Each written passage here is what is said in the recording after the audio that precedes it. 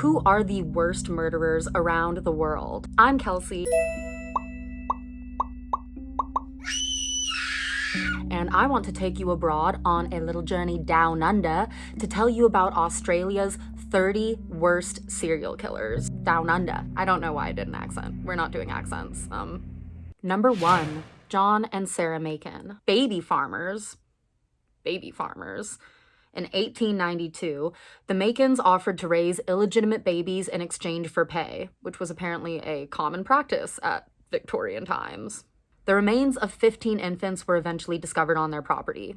After losing a series of driving jobs in which he accidentally harmed a child and even got caught stealing, John and Sarah began to take in the infants of young mothers who could not care for their children at £5 each. Trench diggers working in their backyard found the remains of 2 babies buried. That began an inquest, which unearthed a total of 15 infant remains, but police were unable to establish a cause of death. When they were caught, they were both sentenced to death. John was hanged, and Sarah got her sentence commuted to life, but she was eventually released to spend her final days with her family in 1918. Number 2, Peter Dupas. His modus operandi was to remove the breasts of his female victims. With 3 known victims and at least 3 more suspected, Dupas was active in 1985 and then 1997 to 99. And he was convicted for at least 16 violent sexual crimes before he began actually killing. His victims were various women available in opportune moments, often stabbed close to 100 times. He is currently serving multiple life sentences and has attempted suicide while in prison more than once. Number 3, David and Catherine Birnie. The couple abducted and killed 4 women over a period of 5 weeks in 1986 and stopped when their 5th victim escaped. Catherine would help David find women to lure into a sense of security where they would then kidnap them and gag them, tying them to a bed where David and sometimes Catherine too would assault them. The couple would then strangle, stab, or bash the women to death and bury her in a shallow grave. Catherine forgot to tie up their last victim, who escaped, and they were caught. Both received 4 life sentences, but David hanged himself in 2005. Number 4, William Macdonald. The mutilator, as he was known, killed most of his male victims by severing their genitals after stabbing them to death dozens of times in the neck and head with a long blade, from 1961 to 1962. He would often lure these derelict men into a dark place to murder them and take their genitals away in a plastic bag.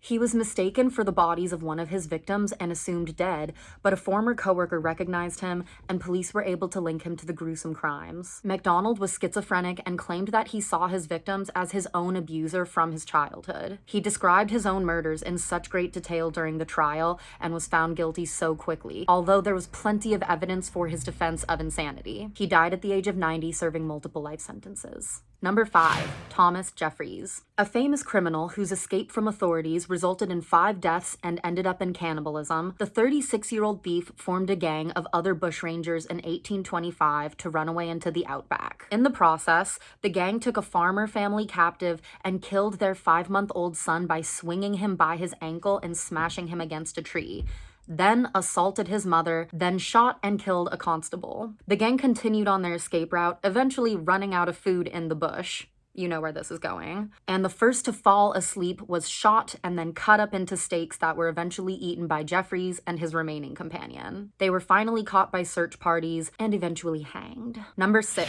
John Wayne Glover. Known as the Granny Killer, Glover killed 6 elderly women from 1989 to 1990, usually bludgeoning them about the head with a hammer. He claimed to not know why he killed, only that he could not stop. In between the murders, he would frequently molest older women at nursing homes and hospitals where he volunteered. He was caught by a nurse in one such act, which eventually linked him to the killings. Under police surveillance, he killed his final victim, a 60-year-old woman he was friendly with, before police were able to stop him. Glover died by hanging himself, serving out his life sentence in 2005 at the age of 72. Number 7, Ivan Milat. Responsible for the backpacker murders of 1989 to 92, Milat brutally stabbed at least 7 victims, mostly couples or duos hitchhiking, with all of their bodies found in the Belanglo State Forest. The stabbings were so violent, one victim's wounds severed her spinal column, and another was actually beheaded. There was evidence suggesting some were tortured before being slain. A backpacker who had been shot at by Milat years earlier was able to identify the murderer, allowing police to surveil him and eventually make an arrest. He died at the age of 74, serving out his life sentences without parole. Number 8. The Snowtown Killers. Also known as the Bodies and Barrels murders, John Bunting, Robert Wagner, James Velasquez, and Mark Hayden were convicted guilty for the murder of 12 people from 1992 to 1999 in one of Australia's longest and most public trials ever. The killers targeted who they believed were homosexuals, pedophiles, or men just deemed weak by the leader, John Bunting. Some of the victims were tortured and robbed of their finances before being killed. 8 of the victims' remains in 6 plastic barrels led police to 2 more bodies buried in Bunting's backyard, which led to the arrest of the remaining Snowtown Killers. Bunting was given 11 life sentences without parole, Velasquez and the others giving decades-long sentences they are still serving out. Number 9. John Balaban. Balaban killed 5 people, including his wife and child, in the span of 1948 to 1953. He beat 2 women with a hammer to death and later did the exact same to his wife and son. Previously, he used a metal bar to kill another man. The attack on his family took place in a cafe where he went and threatened a server immediately after, asking if she wanted to see his dead wife. The commotion drew the attention of men nearby who were able to apprehend Balaban. Evidence was given in court that Balaban was psychotic but not certifiable, and he was executed by hanging. Number 10. Eric Edgar Cooke. The Night Caller was a burglar who went on a killing spree from 1959 to 1963, in which he ran over, stabbed, and shot at least 22 people, 8 of which died from their injuries. During the time before the advent of the serial killer in the 50s and 60s, it was easy for Cooke to commit and get away with these violent crimes. He even committed necrophilia in at least one case. His murders were of opportunity and used different methods each time, making him even more difficult to catch. When police discovered a rifle used in one murder, Cooke was suspected and eventually confessed to his crimes. He was hanged in 1964. 2 men were wrongfully convicted for some of Cooke's crimes, one serving 15 years and the other serving 5 before their rightful release. Number 11. Caroline Grills. This comfort killer poisoned 4 of her family members from 1947 to 1953 in order to maintain her wealthy lifestyle. She used thallium, common rat poisoning at the time, to kill her stepmother and relatives by marriage. Another relative, partially blinded from a previous poisoning, brought a teacup given to him by Grills to police, who found heavy amounts of the poison present. She was then given a death sentence which was commuted to life, wherein fellow inmates called her Aunt Thally. She died in prison in 1960. Number 12. Paul Stephen Haigh. Known for stabbing his girlfriend 157 times after holding her knife point while another man assaulted her, Haigh had at least 6 other victims, mostly from 1978 to 1979. He shot the girlfriend of a former associate and then her 10-year-old son in the head moments after consoling him for the death of his mother. Before killing his girlfriend, Haigh had killed people in robberies gone wrong and killed others that he believed knew too much about his initial crimes. He is currently still serving a life sentence, being rejected for parole possibility in 2012. Number 13. Matthew James Harris. Killed 3 people in 1998, including a woman with a mental handicap. In all cases, he was substantially stronger than his victims, who he overpowered and strangled. This is a clear case of a power complex murderer. A month after his last murder, he was caught by police and confirmed that he would not stop killing if he hadn't been caught. He is currently 54 and serving 2 life sentences. Number 14. Kathleen Folbigg. Murdered her 3 infant children and convicted of manslaughter of the 4th child, all months apart but within a year, from 1989 to 99. The case against her theorized that she killed her children by smothering, but Folbigg to this day maintains her innocence and that her children died of natural causes. A judicial inquiry in 1999 rejected the research, suggesting that the deaths may have been naturally caused by genetics. Sentenced to 40 years, Folbigg will be eligible for parole in 2028. Yikes. Number 15. John Lynch. Noted for the prolific number of victims, Lynch was an Irish convict responsible for the violent deaths of 10 people, many with a tomahawk, from 1836 to 1841. While on the run from authorities, he slayed carriers with his signature hatchet and stole their horses. Later, he attacked a family whose farm he hid in using an alias. When he killed the 13-year-old daughter, he gave her 10 minutes to pray for her soul before sexually assaulting her and then murdering her with his axe. Lynch Lynch had been seen by his last victim who escaped and was caught by police and then hanged in 1842. Number 16. Bradley Robert Edwards. The Claremont killer, believed to be responsible for the disappearance and murder of 3 women from 1996 to 1997. Edwards abducted these women in the early morning hours to have their unclothed bodies be later discovered in the bush. One victim's remains were never found. These murders actually went unsolved for decades, but through DNA evidence, Edwards was finally convicted in 2020 to serve life in prison with parole eligibility after 40 years, where he will likely die in prison. Number 17. Martha Needle.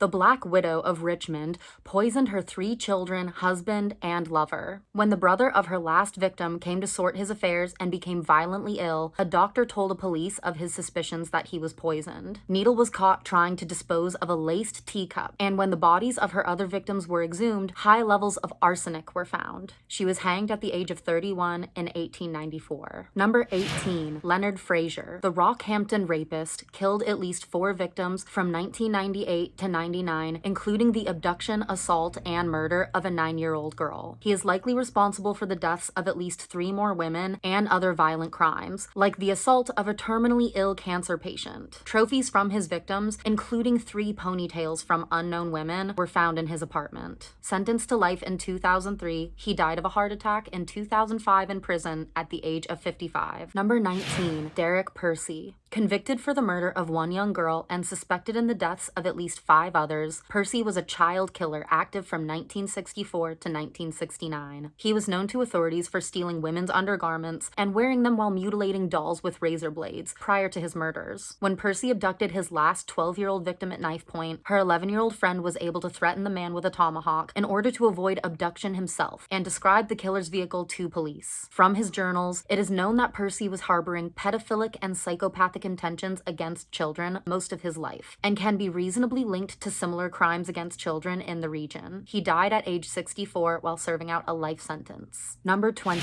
Martha Rendell. The last woman to be hanged in Australia was found guilty for poisoning her stepfamily of 3, including her 5- and 7-year-old stepdaughters in 1907 and her son in 1908. She swabbed their throats with hydrochloric acid, which would have been extremely slow and agonizing deaths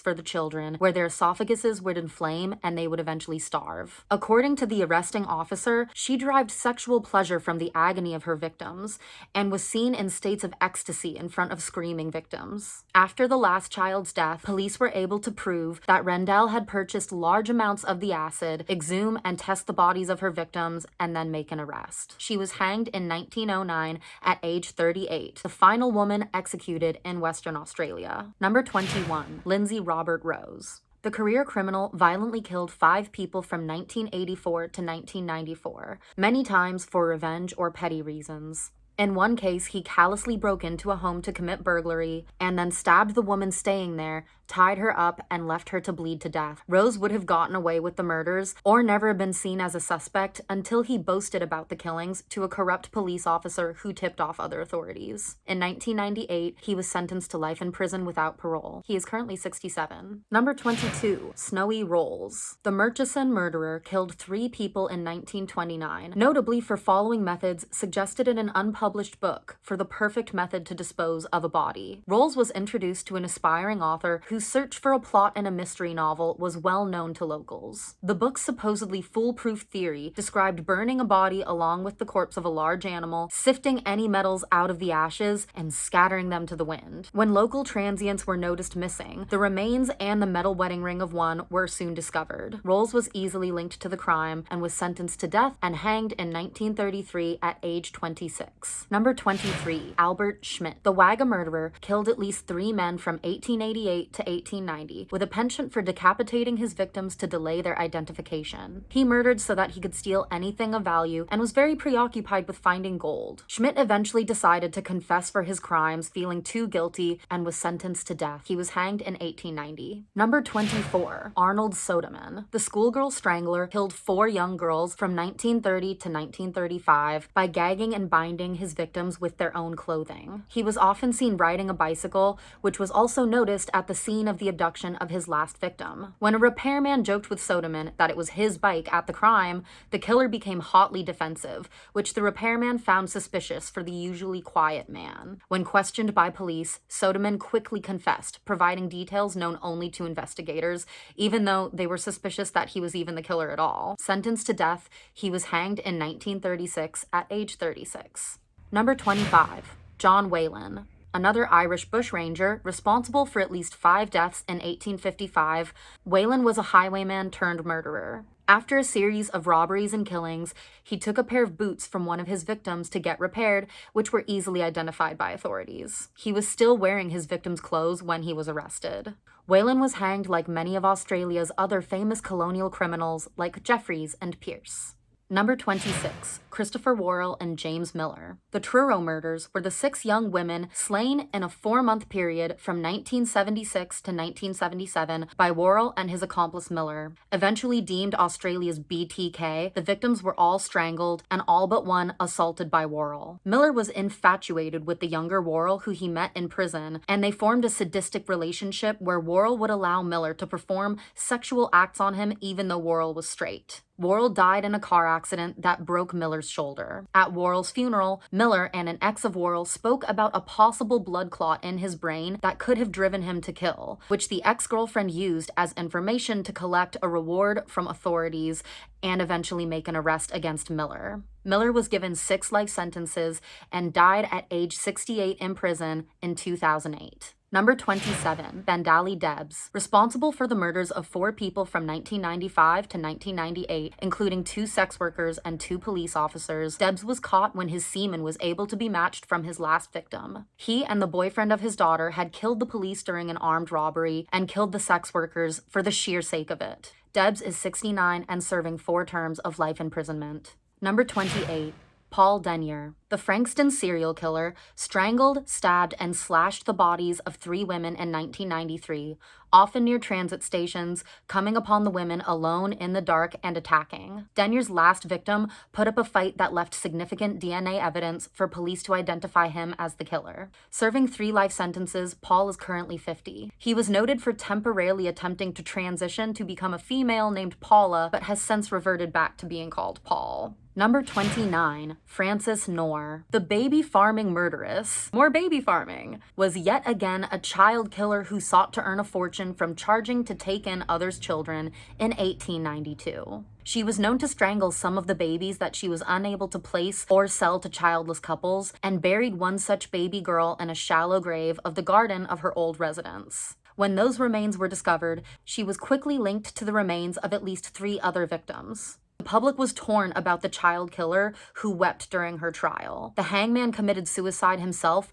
when his wife threatened to leave if he executed Knorr. She was arrested and hanged in 1894 at age 25. Number 30. Lian bin Robert Shee. The Lynn family of 5, including the 12 and 9-year-old children, were all bludgeoned to death in the early morning hours one day in 2009. When the bodies were found, the faces were so disfigured, forensic analysis was required to confirm their identities. The brother-in-law to the mother who was killed, Shee, developed a hatred for his in-laws who were comparatively successful in the face of his own failed business. By murdering his in-laws, he was also to arrange for the care and subsequent repetitive assault of his niece, who he had orphaned and was sexually attracted to. Police were able to arrest and convict Shee with this alleged motive. He is currently serving 5 life sentences. Those were 30 of Australia's worst serial killers. Australia is a huge place with tons of murder, so this barely scratched the surface on murders and crimes in Australia. The bush, what a terrifying place. Murder is around every corner on that continent. So, it's not just huge freaky animals and poisonous snakes and muscular kangaroos. There's a ton of murder there too. Wow, who knew? Comment what country we should travel to next for their worst murderers, or comment if you want to know more about any of the cases we talked about in this video. Stay safe and don't get murdered abroad if you can help it. Oh no, Australia. No, we're not doing that.